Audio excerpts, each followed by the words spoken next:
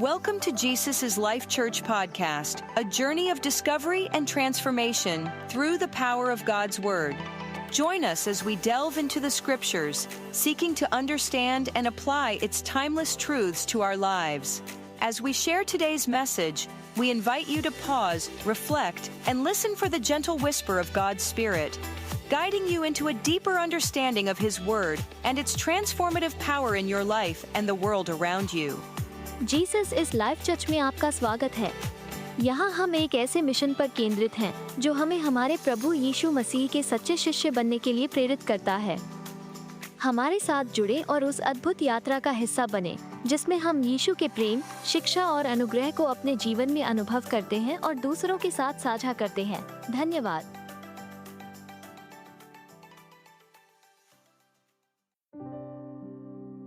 Praise the Lord. आप सभी को जय मसीह की। खुदावन यसु के पाक, जिंदा, जलाली और कुदूस नाम में आप सभी को सलाम।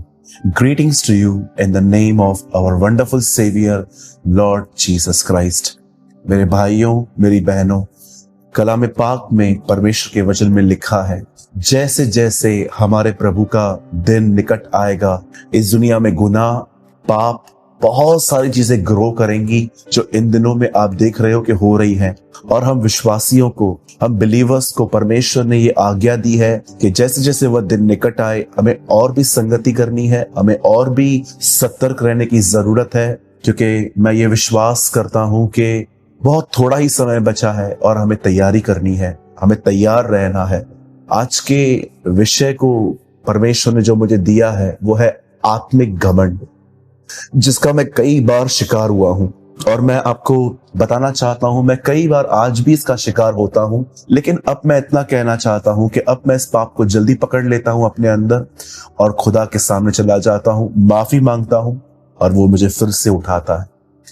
आज के वर्ड को स्टार्ट करने से पहले मैं आपको बताना चाहता हूं, जिस चैनल पे इस समय आप मुझे देख रहे हैं, जिसका नाम है बेसिक टीचिंग्स, मैंने इसमें बुनियादी शिक्षाओं की एक श्रृंखला शुरू की थी और आज मैं इसके 38 वीडियो में आया हूं। इससे पहले आप इसी चैनल पे बहुत सारे वीडियोस हैं, जैसे कि दुआ कैसे करनी है, वचन कैसे पढ़ना है, वचन न समझ में आए तो उसको कैसे समझें, मनन कैसे करें, कन्फेस कैसे करें, प्रार्थना क्या है, प्रार्थना में अगर मन भटकता है तो क्या करना चाहिए, किन विषयों के लिए दुआ करनी चाहिए। ऐसी बहुत सारी बुनियादी और बेसिक बातें जो है वो मैंने एक्सप्लेन की है प्रभु के अनुग्रह से। और आज एक बार फिर से मैं आपके साथ कुछ बांटना चाहता हूं और मैं विश्वास करता हूं यह आपकी जिंदगी में एक महान परिवर्तन को लाएगा। आपने मसीह इतिहास के बारे में थोड़ा बहुत जरूर पढ़ा होगा, मैं बिलीव करता हूं। आपने देखा होगा बहुत सारे ऐसे लोग हमसे पहले आए थे जिन्होंने एक बहुत अच्छी शुरुआत की थी।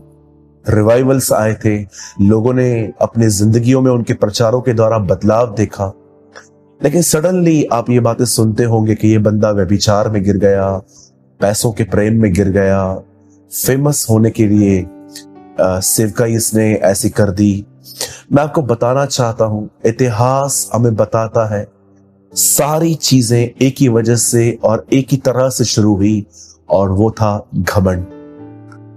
आज मैं आपको बताना चाहता हूं कैसे हम इस घमंड में फंस जाते हैं और कैसे हम इसे बाहर आ सकते हैं, क्योंकि कलाम पाक कहता है कि परमेश्वर दीनों पर अनुग्रह करता है लेकिन वो घमंडियों का सामना करता है। और आप मुझे बताएं, अगर परमेश्वर हमारा सामना करे तो कौन जीत पाएगा उससे? क्या हम में इतनी ताकत है कि हम उसको हरा सकते हैं? इसीलिए हमें नम्र बनना है, हमें हम्बल बनना है। आइए मैं आपके सामने एक पैसेज रख रहा हूं। मैं इसमें से आज कुछ पढ़ नहीं रहा, लेकिन मैं चाहता हूं कि आप इस सभा के पूरे होने के बाद, इस वीडियो के पूरे होने के बाद आप इसे पढ़ें। मैं आपके सामने एक रेफरेंस रख रहा हूं, लूका का 18 अध्याय, उसका 9 से लेकर 14 तक। ल्यूक चैप्टर 18 वर्स 9-14 तक। मैं चाहता हूं आप सब बड़े ध्यान से सुन। आप जानते होंगे कि इस पूरे वाक्य में जो मैंने आपके सामने रखा, यहां पर दुआ के बारे में कुछ समझाया गया है, और दुआ से भी अधिक ये समझाया गया है कि देखो दुआ के पीछे क्या है।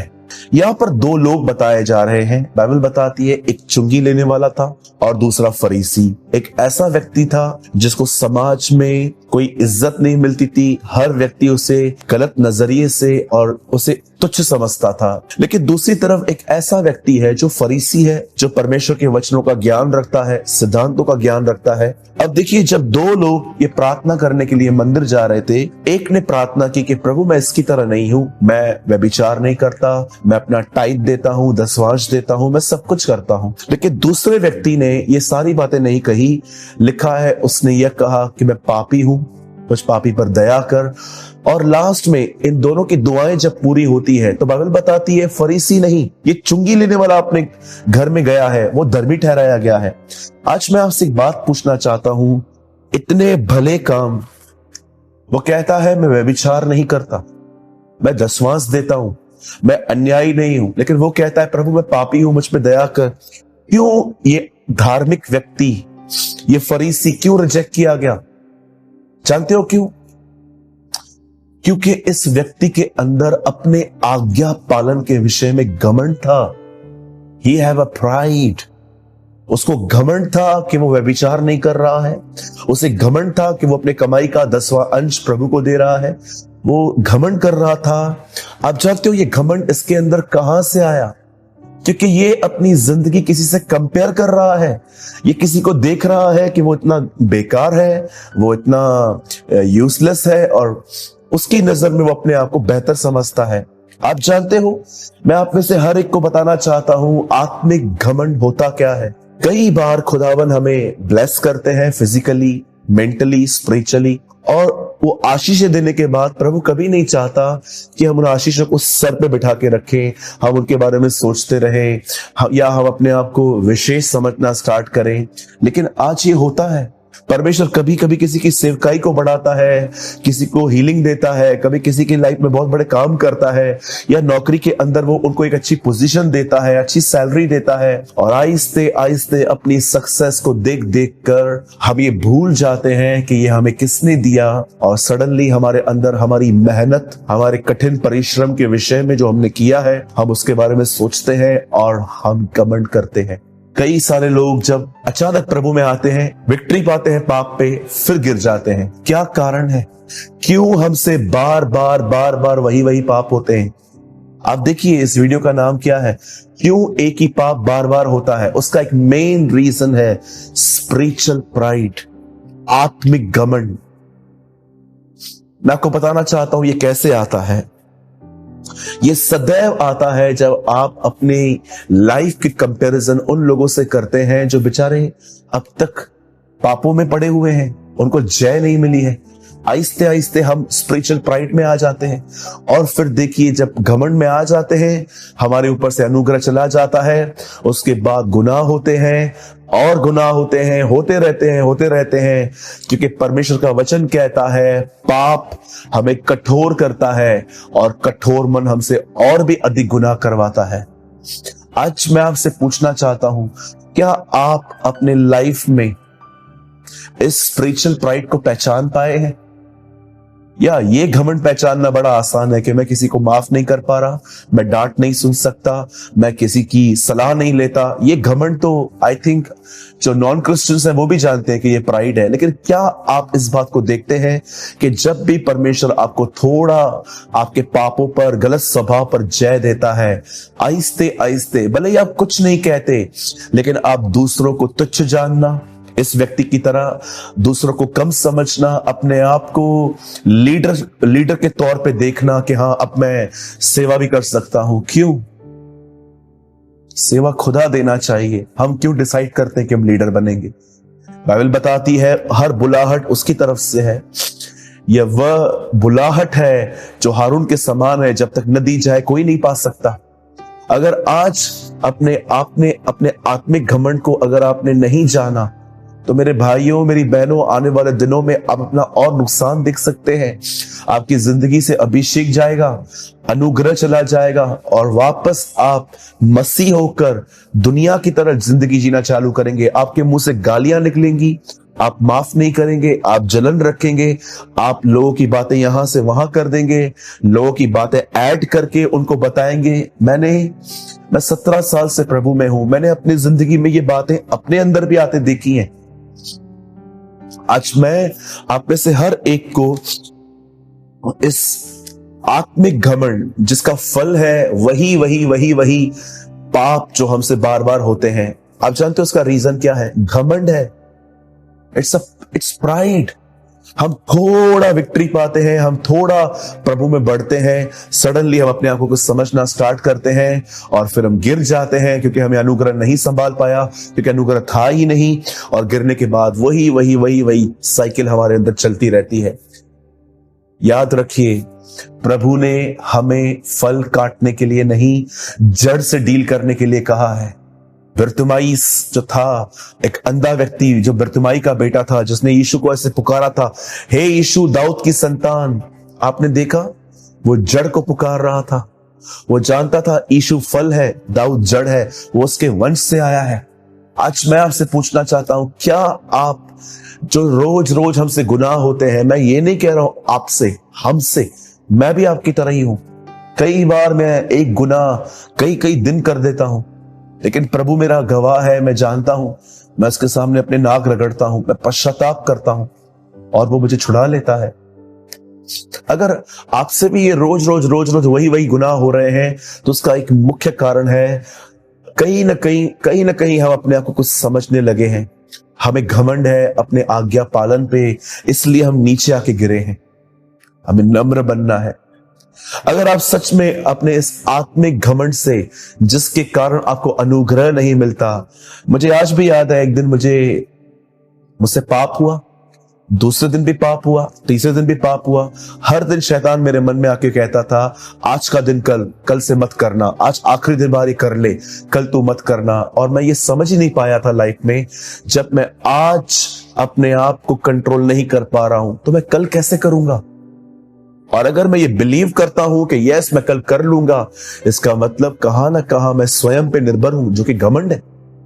आइए मैं आपको 3 रास्ते बताता हूं अपने आत्मिक घमंड से बाहर निकलने के। पहला, हमेशा इस बात को याद रखिए कि यीशु ने आपको पाने के लिए क्या कीमत चुकाई। बाइबल बताती है इंसान के पाप बड़े भारी हैं, वो सब कुछ बेचकर भी उसका दाम नहीं दे सकता। पर क्या आपने देखा, यीशु ने हमारे गुनाहों ने हमारे प्रभु की हालत क्या कर दी। कलाम पाक कहता है, जब वो क्रूस पे लटकाया गया, वो इंसान की तरह नहीं दिख रहा था, उसे इतना डैमेज कर दिया गया था। सदैव अपनी जिंदगी में ये याद रखें कि आपको पाने के लिए प्रभु यीशु मसीह कहां से गुजरे थे। दूसरी चीज, जब भी लोग आपको प्रेज करें, ओ आपने अच्छा किया, आपने बढ़िया किया, आप बेहतर हो, आप ऑसम हो, आप ये हो, आप वो हो, कृपया उनके शब्दों पर ध्यान न दे। लोग तेरी बड़ाई करें तो करें, पर तू अपनी बड़ाई आप न करना। कई बार मैं देखता हूं, जब हम कुछ अच्छा कर देते हैं तो हम छुपते नहीं हैं, हम रिस्पेक्ट ऑनर पाने के लिए खड़े रहते हैं कि यस मेरा भी नाम लो, मैंने भी काम किया था, ओ मैंने भी योगदान दिया था, मैंने भी सफाई करी थी, मैंने भी ये किया था, मैंने भी वो किया था। बाइबल बताती है, जब लोगों ने यीशु को राजा बनाना चाहा तो वो उनके बीच में से भाग गया, क्योंकि वो राजा नहीं बनना चाहता था। आत्मिक घमंड से निकलने से पहली चीज, यीशु के बलिदान को याद रखिए।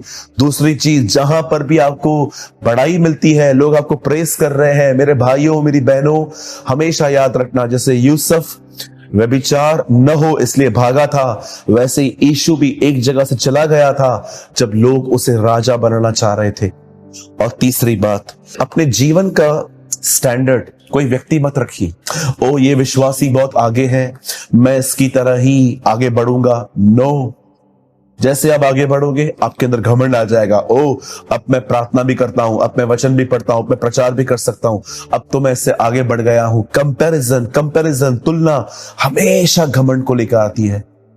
अपने आप को कंपेयर करना ही है तो यीशु मसीह के साथ कीजिए। आपसे पूछना चाहता हूं, और आपसे पूछने से पहले मैं अपने आप से भी यही बात पूछ रहा हूं, क्या आप यीशु की तरह नम्र बने हैं?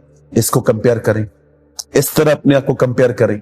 कंपैरिजन करना ही है अपने आप का, तो लोगों से नहीं, खुदा से करिए कि क्या आप उस लेवल पे पहुंचे हो जहां पर वो है। जी नहीं, कोई नहीं पहुंचा है। इसलिए हमें नम्र बनना चाहिए।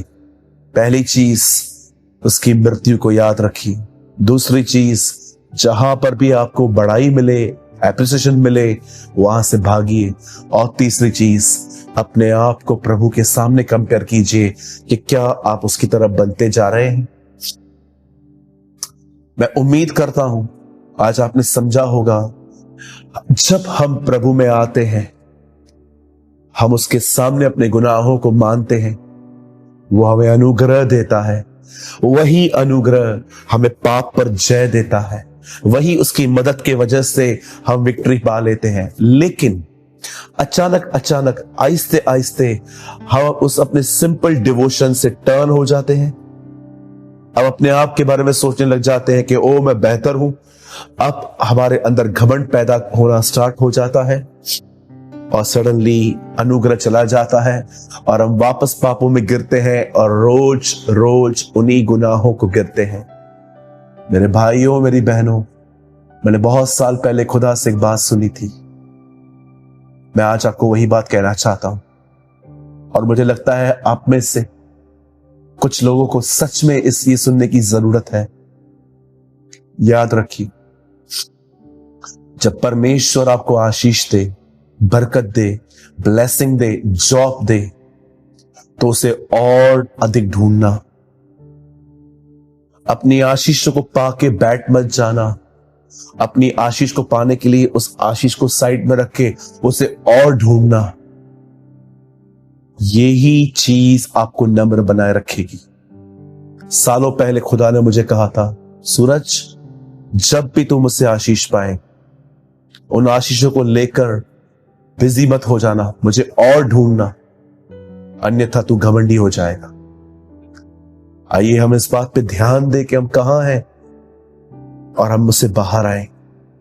मैं विश्वास करता हूं आपने आज के वचन के द्वारा आशीष पाई और हमेशा की तरह मैं कहूंगा कि हमने हर वीडियो के साथ जो बेसिक टीचिंग्स में आते हैं, हम उनके साथ एक आर्टिकल रखते हैं। आज भी हमने आर्टिकल रखा है। अगर आपको वो आर्टिकल व्हाट्सएप पे चाहिए तो आप इस समय स्क्रीन पर जो नंबर है, नीचे जो पट्टी में है वो नहीं, जो ऊपर नंबर इस समय बड़े अक्षरों में आ रहा है, आप इस पे हमें व्हाट्सएप कर सकते हैं। अपना नाम, अपने शहर का नाम, और आपको लिखना है आत्मिक घमंड, स्पिरिचुअल प्राइड, और हम आपको आर्टिकल बेच देंगे। ये आर्टिकल हिंदी और इंग्लिश में अवेलेबल है। आप में से जिस किसी को भी चाहिए वो हमें इस नंबर पे आप बेच सकते हैं। और आपसे एक दरख्वास्त है, अगर आपने आज के वचन को सुनने के बाद आशीष पाई या आपको लग रहा है कि यस ब्रदर, इस वचन की मुझे जरूरत थी, तो जरूर कमेंट बॉक्स में कमेंट करके हमें बताएं। हम धन्यवाद करते हैं सारी बातों के लिए। खुदा आपको बड़ी बरकत दे। जय मसीह की।